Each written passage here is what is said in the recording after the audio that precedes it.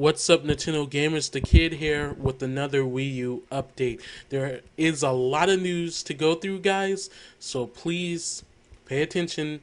And most of this news is actually from Iwata himself, so let's get through it because there is a lot to go through, a lot to read.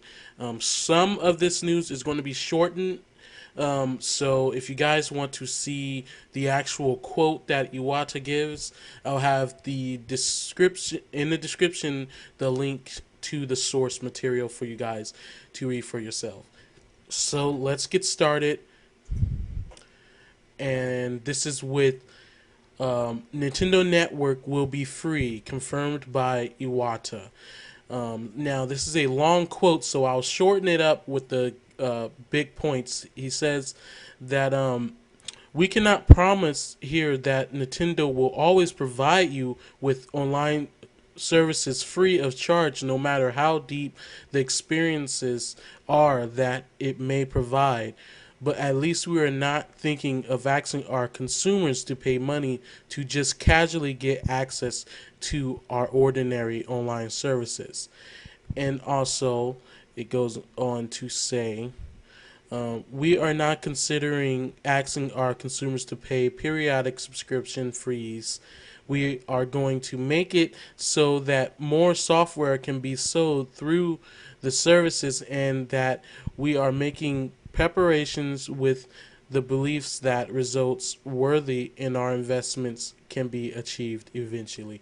So both of these little sections that I cut out for you guys that I read, the first one, he's basically saying there's no guarantee that you won't have to pay for certain online services. Maybe Nintendo will have some type of exclusive things for the online services that you may have to pay for. Maybe that includes like getting certain games earlier than everybody else, maybe a week or so earlier, or just having more access to different things. Maybe Nintendo will have some type of elite or gold membership, something like that. They're not guaranteeing that there won't be something like that. So, but they also go on to say that if you just want to go online and just play a game online, no, there's not going to be any charge for that like Microsoft does. No, they're not going to do that. And also, they even, nod at what Microsoft does, and that is periodic subscription fees. No, they're not going to do that. But they are going to have more software to be sold through the services, which means full retail games to be able to be downloaded on the Wii U. They're going to offer that. But I think that's really, nice of Nintendo to have it that way. But I'm really, really interested in what he is saying about he can't guarantee that there won't be fees for certain online things, which means Nintendo could possibly be planning to have, like I said, memberships with special access and stuff, like a VIP access of things. So maybe so in the future. But as far as just getting online and playing a game and stuff, it's very nice that we won't have to pay for that. So with more news, um, again from Iwata, he confirms that more Wii U game announcements are coming this fall. So again, he says here it's a really big quote right here, and I'm trying to get where I had it marked. But he says that finally another issue is that the visibility of the future software lineup is unclear. During E3, titles for the overseas markets were highlighted, and the titles we introduced then were only the ones to be available at launch time and within the launch window period, which might make you wonder what will become of the software in the next year. It is our intention to convey a strong message this fall with the information about the price and launch date, and then create momentum good enough to convince our consumers to buy the Wii U. But currently, there must be some concerns overall. Overall, we believe that the current share price has been determined based on what I mentioned today. In the nearer term, with the introduction of the Nintendo 3DS XL, followed by new software titles in July and August, the most important issue is to what degree we can change the business momentum of the Nintendo 3DS in the world. Then, subsequently, when we launch the Wii U, we intend to announce the next step by saying what will happen in the future. And by doing this, we would like to change the evaluation in the market. So, Nintendo is planning basically to announce the this fall the of course the price and date of the Wii U, and that will probably be in a Nintendo Direct conference, probably in September. Because as I recall, I think there are usually Nintendo Directs in September. Why Nintendo waits to the absolute last minute to announce the date and launch time, I do not know. The launch and the price, I don't know. Um, as far as game announcements, there it is possible within the whole, getting announced the date and the price, we could get a few games in there. But after the launch of the Wii U, there will be more announcements of game and projects. So, what? So anyone who's like, hey, what's Nintendo working on? They didn't announce anything really. Well, they're going to announce more soon in the future, so don't worry. More news. Nintendo from Nintendo and again from Iwata. He says Nintendo alone can't satisfy all customers and needs help from third parties. And here I have again a long quote.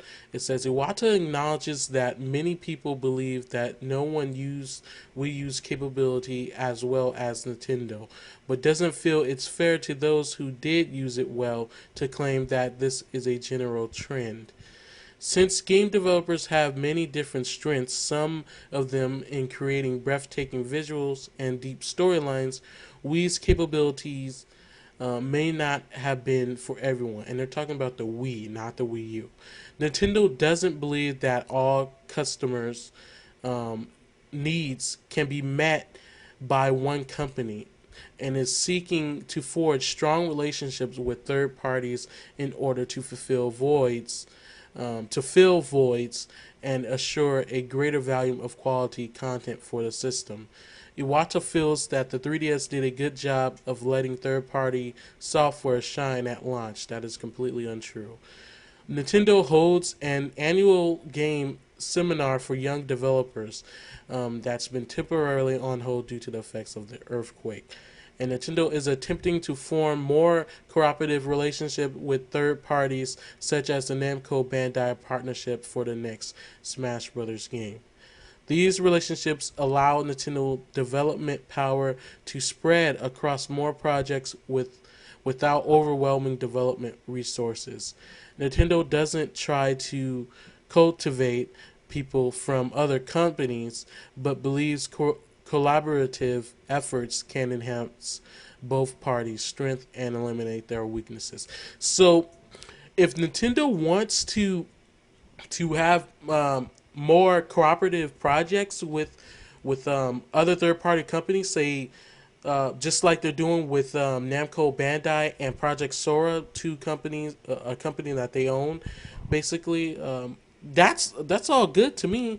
I would love to see Nintendo and Activision work, or maybe Nintendo and Ubisoft work together. That's great. I mean, to make first party or new IPs, that's great. I think that's very welcomed, and I'm very glad that they're trying to have more bonds with different third parties. So I like to see how this works out in the near future for all of us Nintendo gamers. So there is more talk about the Miiverse moderation, and Iwata talks about this. Um, And again, this is a very long quote, but I've shortened it to what the points are. Um, the real good points are. It says Nintendo believes that the kind of people who will abuse Miiverse will constitute a very small percentage of users. However, Nintendo also intends to ensure that inappropriate and hurtful comments are removed promptly. Parental controls may also play a role in moderation. He can't reveal too much because people and what he's saying is he can't reveal too much about the whole moderation setup because people may more quickly experiment with ways Nintendo um, circumventing, I can't say that word, will experiment with getting away basically with doing inappropriate things with Nintendo's moderation methods, and if they know about it in detail, they will know how to surpass the moderation, segments to moderate pictures and all that, and language. Nintendo is willing to incur financial expenses to ensure that Miiverse is a safe environment. Nintendo is concerned intentionally spread intentionally spread negative campaigns designed to undercut their gains, but does not believe in suppressing free speech and will rely on the wisdom of crowds or the idea that people generally have fair opinions and viewpoints to counteract these negative campaigns. So there are people who will just bash Nintendo games, and they're Nintendo fans themselves, but sometimes they'll see things that they don't like about a Nintendo game, and then basically troll about it. You basically got a lot of that on GameFAQs right now. So that's Nintendo obviously knows that there are just abundance of trolls and little kids. I mean, look at Xbox Live. I mean, that's just a perfect example of what happens with a online community when there's really no moderation. You get people cursing, you get people trolling, you get people playing unfair, hacking, you get all of that. So, I'm welcome to this. I just hope that whole 30-minute moderation thing just really kills it for me. I mean, I just think there has to be some better way. That's just ludicrous to me. But anyway, let's get back to more news. Iwata says Nintendo hardware and software pricing overseas is not affected by yen appreciation. He says no matter how strong the yen becomes, consumers in the US have nothing to do with the fluctuation of foreign currency exchange, which means for them $100 is $100 and $200 is $200. Therefore, we can't raise the price of our product because the yen is more up. So basically, if like say something is $380 in one country or so, that doesn't mean it's going to be exactly $380 here in the U.S. So yeah, about the price, I still think probably 300 to 350. Anything above 350, like 400, is just really just that's that's raping people's wallets, Nintendo. So again, those who speculate that how much the Wii U will cost in other countries, no, he basically confirmed that doesn't mean that it'll cost that much in the U.S. if they put it in U.S. Currency. Again, subscribe, like, comment, subscribe, and of course, please share this video with others, and of course, subscribe. So I can get to 1,000 subscribers.